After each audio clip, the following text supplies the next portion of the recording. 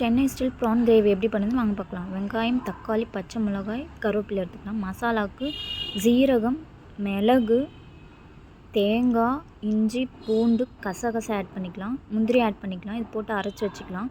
Stove on பண்ணிவிட்டு எண்ணெய் சட்டி வச்சுட்டு தேவையான அளவு எண்ணெய், சோம்பு பொடி, பட்டை, பிரியாணி இலை, லவங்கம் போட்டுக்கலாம். லவங்கம் போட்டுவிட்டு வெங்காயம் ஆட் பண்ணிக்கலாம். வெங்காயம் ஆட் பண்ணிவிட்டு நல்லா வதக்கி எடுத்துக்கோங்க. நல்லா பொன்னிறமாக வந்த உடனே நம்ம தக்காளி ஆட் பண்ணணும். தக்காளி நல்லா வதக்கி எடுத்து கொஞ்சம் பேஸ்ட் கன்சன்ஸில் இஞ்சி பூண்டு ஆட் பண்ணிக்கலாம். இஞ்சி பூண்டு அதை நல்லா வதக்கி விட்டுக்கோங்க. தேவையான அளவு மஞ்சத்தூள், உப்பு, சில்லி பவுடர், மல்லித்தூள் ஆட் பண்ணிக்கலாம். நம்ம அரைச்சி வச்ச பேஸ்ட் ஆட் பண்ணிவிட்டு நல்லா கிண்டி விட்டுட்டே இருங்க. அப்போ தான் அந்த வாசம் போகும். சிம்லேயே வச்சு கிண்டி விடுங்க. அப்புறம் வீட்டில் அரைச்ச மிளகாத்தூள் ஆட் பண்ணிக்கலாம் 1 ஸ்பூன். அதையும் நல்லா கிண்டி விட்டுட்டே இருங்க. அப்போ தான் அந்த மிளகாத்தூள் அந்த மசாலா வாசனைலாம் போகுங்க. லோ ஃப்ளேம்லேயே வச்சு கிண்டி விடுங்க. அப்புறம் பச்சை மிளகா, கருவேப்பிலை ஆட் பண்ணிக்கலாம். அதையும் கிண்டி விட்டுக்கோங்க.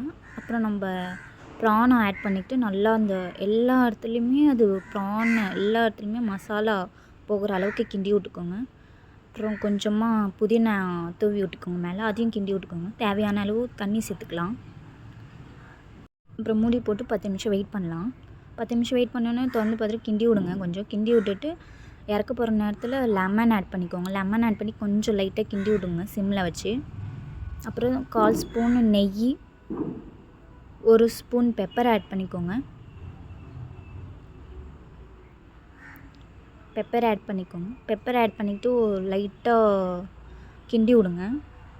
கிண்டி விட்டால் இதாங்க சென்னை ஸ்டைல் ப்ரான் கிரேவி எப்படி இருக்குன்னு பார்த்துட்டு லைக் பண்ணுங்கள், கமெண்ட் பண்ணுங்கள். தேங்க்யூ.